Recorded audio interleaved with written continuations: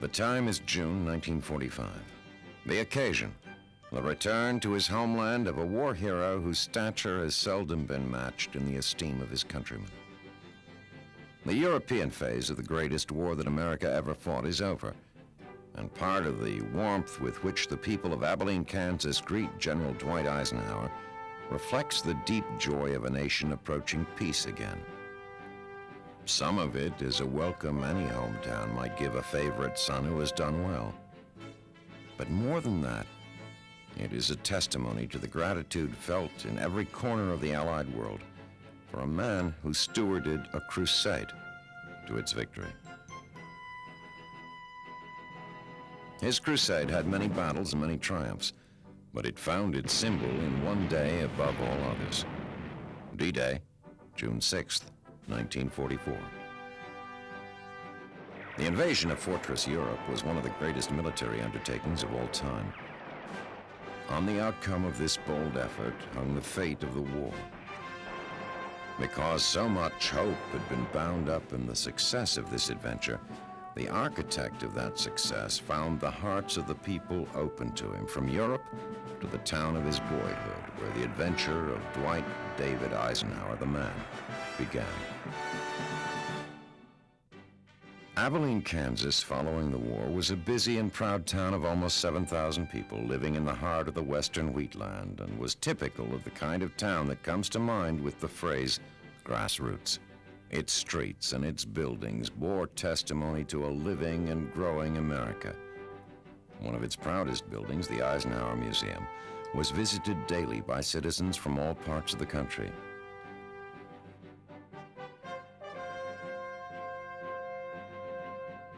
The museum's interior depicts the life of Dwight Eisenhower from childhood on in a series of murals. From infancy, his life had the flavor of grassroots America about it. Eisenhower was born in 1890 in Denison, Texas, of parents whose families had migrated to Pennsylvania from Europe and then to the Midwest. Young Eisenhower's parents had lived in Abilene before his birth, and it was there that they returned when he was an infant.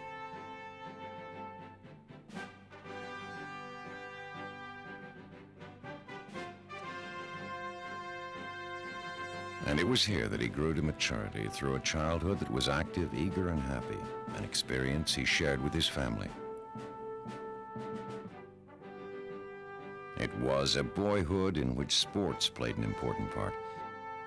The active life was important, but the greatest single staple of the Eisenhower family was religious observance. On the wall of the bedroom shared by Dwight and his brother Edgar hung the simple testament of faith: "Thy will be done." It was a home of patriotism as well as faith, and of respect for things of the mind. He was 20 when he left Abilene for the military academy at West Point, where so many great Americans have begun their march into history. Eisenhower graduated from the academy in 1915 and was commissioned a second lieutenant in the infantry. A new phase of life was beginning for Eisenhower. In the summer of 1916, as a newly promoted first lieutenant stationed at Fort Sam Houston, Texas, he married Mamie Geneva Dowd of Denver. Meanwhile, events in Europe were forging a new phase of life for the entire world. World War I gave many a future general his first experience with combat, but young Eisenhower was not among them.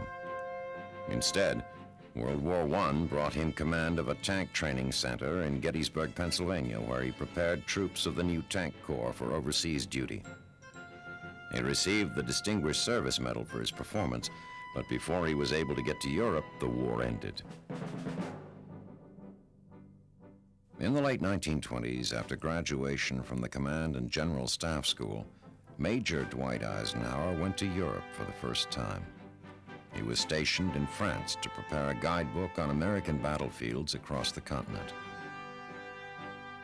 The 30s brought other assignments, culminating with his service under General Douglas MacArthur in the Philippines. For 4 years, he worked with MacArthur, who was Commander-in-Chief of the Philippine Army, to help the Commonwealth government work out a plan for its military defense. Ordered back to the States in December 1939, Lieutenant Colonel Eisenhower went to Fort Lewis, Washington as executive officer of the 15th Infantry Regiment. In the dark spring of 1940, German armored divisions were crashing through Holland and Belgium. The Luftwaffe was streaking its destruction through Europe's skies. France trembled, and Britain stood alone. The United States passed a Selective Service Act to prepare for what inevitably lay ahead. It became Colonel Eisenhower's duty to aid in that preparation.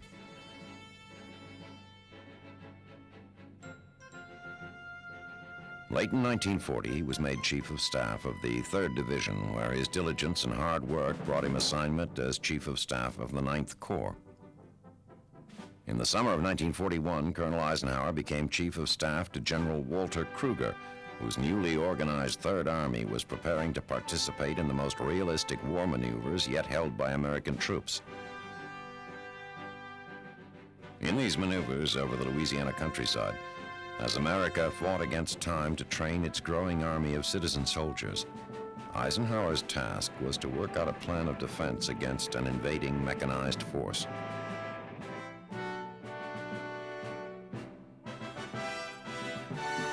Soon after the maneuvers were over, Eisenhower was promoted to Brigadier General.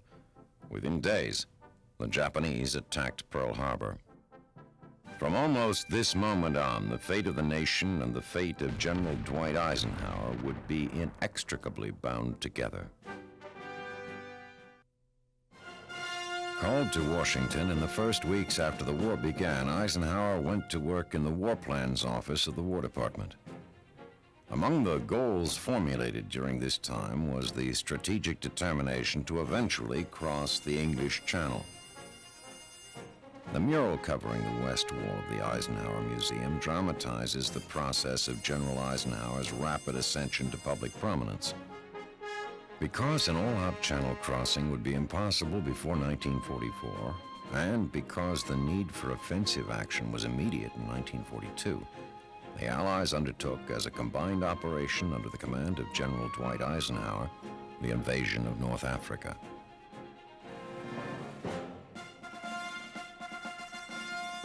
The minimum objective of this maneuver was to seize the main ports between Casablanca and Algiers.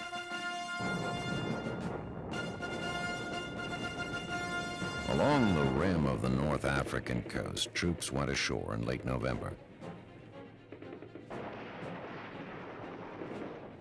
Eisenhower's hope was to push quickly east along the Mediterranean and take the important posts of Bizerte and Tunis. But a number of unfavorable circumstances, including treacherous weather conditions, prompted the commander to hold off on his final assault. In the spring, however, troops of Omar Bradley's 2nd Corps were able to take Bizerte, and at the same time, Tunis fell to the British First Army. With these victories came the end of the Axis Empire in Africa.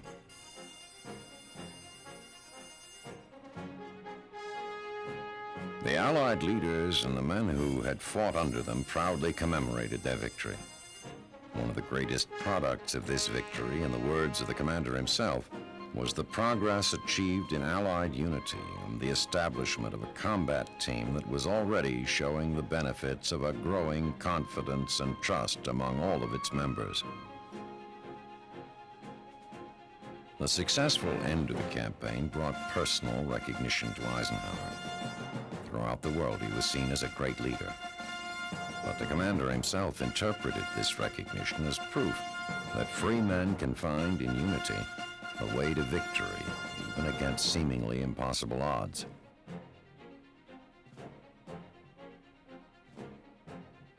The next big campaign, the invasion of Sicily, brought further demonstration of this basic truth. Allied troops took this vital rock in the summer of 1943. And now, the Allies prepared for what was to be the most fiercely fought battle of the Mediterranean War, the invasion of Italy itself. Through a miracle of courage and tenacity, Troops of General Mark Clark's Fifth Army established a beachhead against overwhelming German odds and went on to take Salerno and the vital port of Naples. Although heavy fighting and important battles lay ahead, with these victories, the first major objectives of the Italian campaign were accomplished.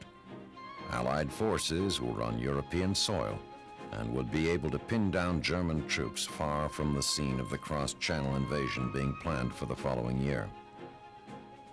Shortly after the Tehran and Cairo conferences, the man who would command this awesome undertaking was named General Dwight Eisenhower, whom people throughout the free world were now calling the man of the hour. On the east wall of the Eisenhower Museum, another mural depicts some of the major episodes in the Great Crusade which liberated Europe. The Supreme Commander's orders from the combined Chiefs of Staff were quite simple: to land on the coast of France and thereafter to destroy the German ground forces. Between the order and its execution lay an agony of effort. Across the Channel, the heavy fortifications lining the coast of France bespoke the Nazis' belief that they could push the invading armies back into the sea. In France alone, 58 German divisions were waiting.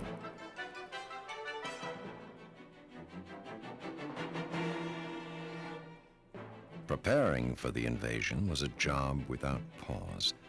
Incessant and realistic training was of paramount importance. The challenges of morale, the myriad details of coordination on every level, all of these were overwhelming. But through those tense months in the early part of 1944, the preparations continued.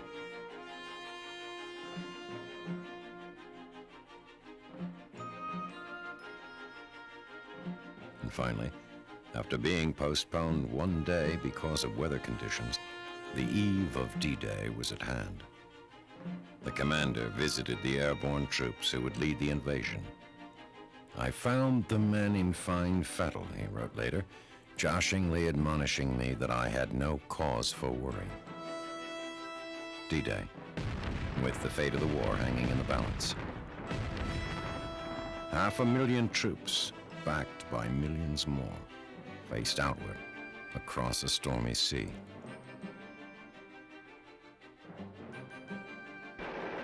On beaches that dotted the French coast of the Channel, Canadian and American troops touched shore.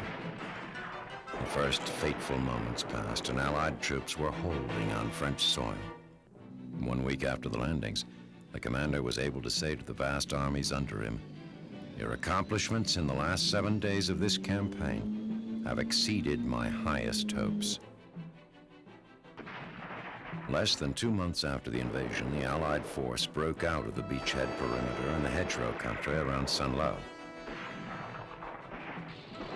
Then began the dramatic pursuit, spearheaded by General George S. Patton's armored force across the heart of France.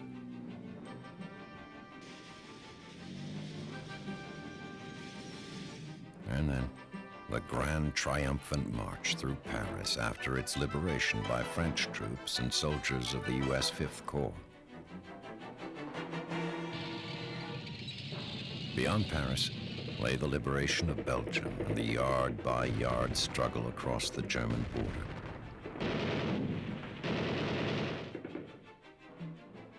Blocking the steady pursuit of victory lay the Nazi counteroffensive in the Ardennes forest, known as the Battle of the Bulge.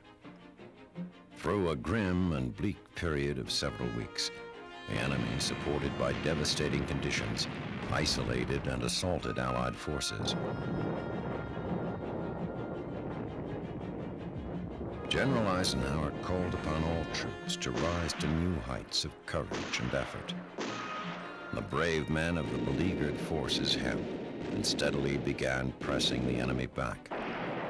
From that moment onward, the Supreme Commander expected the Nazi resistance to fall continually. With the crossing of the bridge at Remagen in March 1945, the heart of the Nazi defenses was pierced.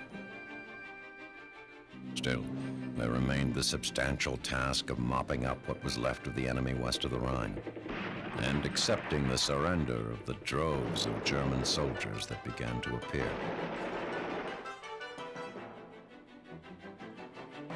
Both commander and GI felt the exhilaration of victory's approach.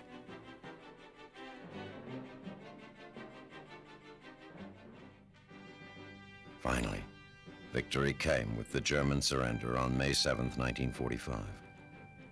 As the world heralded his accomplishment, Dwight Eisenhower spoke, making clear to all whom he believed was responsible for the Allied victory. I have the proud privilege of speaking for a victorious army of almost 5 million fighting men. They and the women who have so ably assisted them constitute the Allied expeditionary forces that have liberated Western Europe. They have captured or destroyed enemy armies totaling more than their own strength. Merely to name my principal subordinates in the Canadian, French, American, and British forces is to present a picture of the utmost in efficiency, skill, loyalty, and devotion to duty. The United Nations will gratefully remember Tedder, Montgomery, Spaatz, Bradley, Delott, Creer, and many others. But all these agree with me in the selection of the truly heroic figure of this war. He is G.I. Joe and his counterpart in the air, the Navy, and the merchant marine of every one of the United Nations. He has braved the dangers of U-boat infested seas. He has surmounted charges into desperately defended beaches. He has fought his tedious, patient way through the ultimate in fortified zones. He has endured cold, hunger, fatigue. His companion has been danger. Death has dogged his footsteps. He and his platoon commanders have given us an example of loyalty, devotion to duty, and indomitable courage that will live in our hearts as long as we admire those qualities in men. With the end of the European crusade began the long and happy road home. For Dwight Eisenhower, that road was paved with the cheers of the people of the Allied countries. In his own homeland, a hero's welcome awaited him, America's greeting for a favorite son. The story of Dwight Eisenhower might well have ended on this note of triumph and acclaim for a job so splendidly done. But America had other tasks waiting for its favorite soldier. Eisenhower succeeded General Marshall as the Army's first post-war chief of staff. He believed that one of the great pillars of world peace is a strong United States. He visited troops stationed in various parts of the world to show America's growing sense of global responsibility. We must remain, he said, the first champions of those who seek to lead their own lives in peace with their neighbors.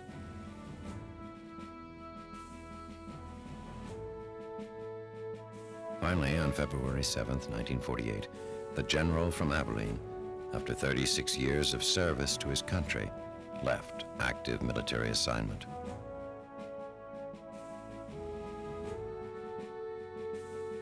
But not active participation in the life of his nation.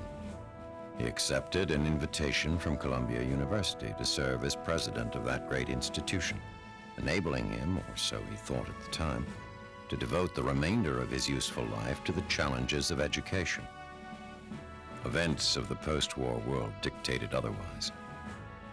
The urgent necessity for unity in the free world brought into being the North Atlantic Treaty Organization, NATO.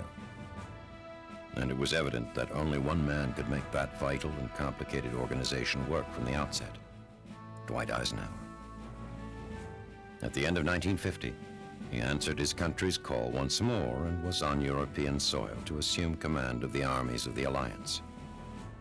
Against new threats rising from the Soviets, who had once been his nation's ally, he had to create in the war-weary European soul the will to defend itself.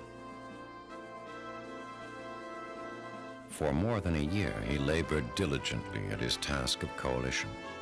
When he turned over the reins of command to General Matthew Ridgway, The structure of military unity among free nations on which rested the hope for continued peace was established.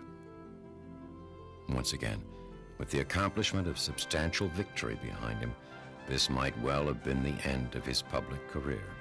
And in a sense it was, the closing chapter in the story of Eisenhower the soldier. History has recorded the story of Eisenhower the statesman, who led his nation into a period of prosperity and goodwill unparalleled in history, who brought his country to greatness in both war and peace. The lives of the warrior and the statesman may seem separate, but they are one and the same, belonging to this one man. A remarkable man, a remarkable life. Dwight David Eisenhower, a hero.